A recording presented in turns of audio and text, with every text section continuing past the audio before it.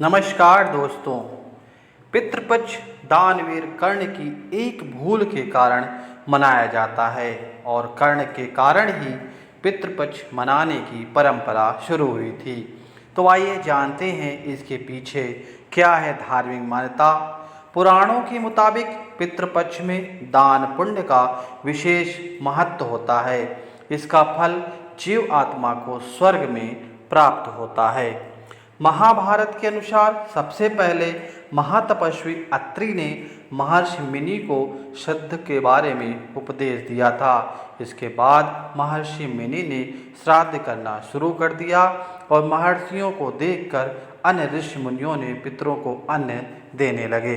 लगातार श्राद्ध का भोजन करते करते देवता और पितृ पूर्ण तृप्त हो गए। पुराणों में भी पितृपक्ष को बहुत अधिक महत्व दिया गया है।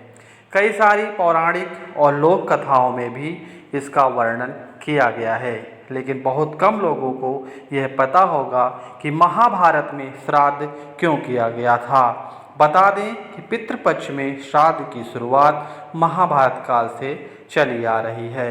श्राद्ध कर्म की जानकारी भीष्म पितामह ने युधिष्ठिर को दी थी। इसके पीछे की पूरी क्या है कहानी, आइए जानते हैं।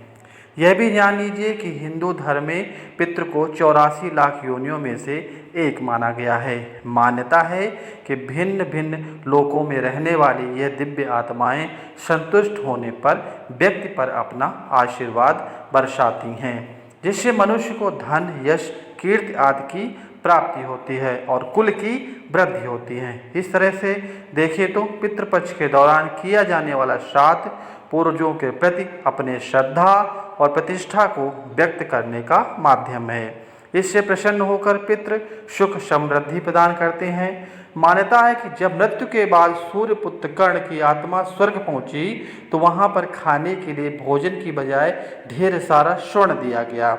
तब उन्होंने इंद्र देवता से इसका कारण पूछा तो उन्होंने कारण बताया कि पृथ्वी पर रहते हुए उन्होंने कभी भी अपने पितरों के निमित्त भोजन, दान, तर्पण आदि नहीं किया।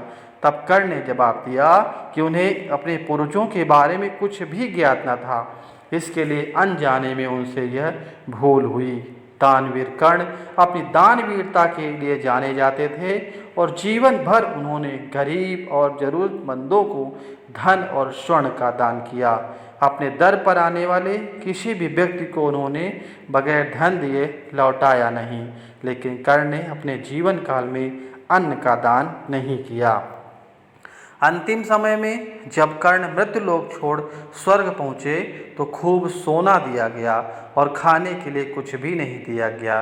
कर्ण ने भगवान से इसका कारण पूछा तो देवराज ने बताया कि जीवन भर सोना ही दान किया गया है और पितरों की आत्मा की शांति के लिए कभी भी अन्न का दान नहीं किया गया, इसलिए उन्हें अन्न नहीं दिया गया। तब कर्ण ने इस बात को लेकर अनभिज्ञता जाहिर करते हुए कहा कि मुझे अन्नदान के महत्व की जानकारी नहीं थी।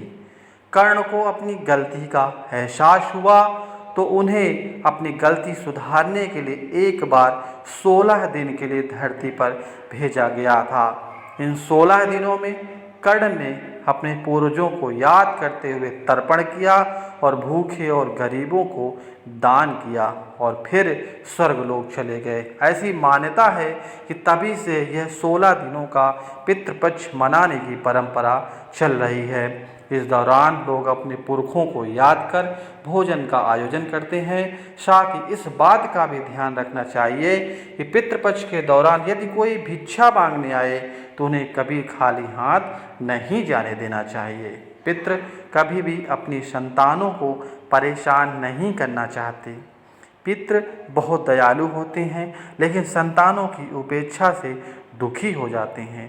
उन्हें संतान के द्वारा श्राद्ध कर्म और पिंडदान आदि करने पर उन्हें तृप्ति मिलती है और वह अपनी संतानों को धन, धान्य और सुख समृद्धि का आशीर्वाद देते हैं। पितृ यह नहीं चाहते कि उनकी संतानें उनको तृप्त करने के लिए बहुत कुछ करें। वे श्रद्धा भाव से किए गए श्राद्ध को खुशी से साथ स्वीकारते हैं। कहा भी गया है कि श्रद्धा के बिना श्राद्ध अधूरा होता है। तो दोस्तों, ये थी आज की पौराणिक कहानी। आशा है कि आपको पसंद आई होगी। अगर ये वीडियो पसंद आया हो तो एक लाइक ज़रूर करें, और अगर आप चैनल पर नए हैं तो चैनल को सब्सक्राइब कर लें ताकि ऐसी कहानियाँ आपको मिलती रहें। तब तक हंसते रहिए, मुस्कुराते रहिए। मिलते हैं अगले वीडियो में। राधे राधे।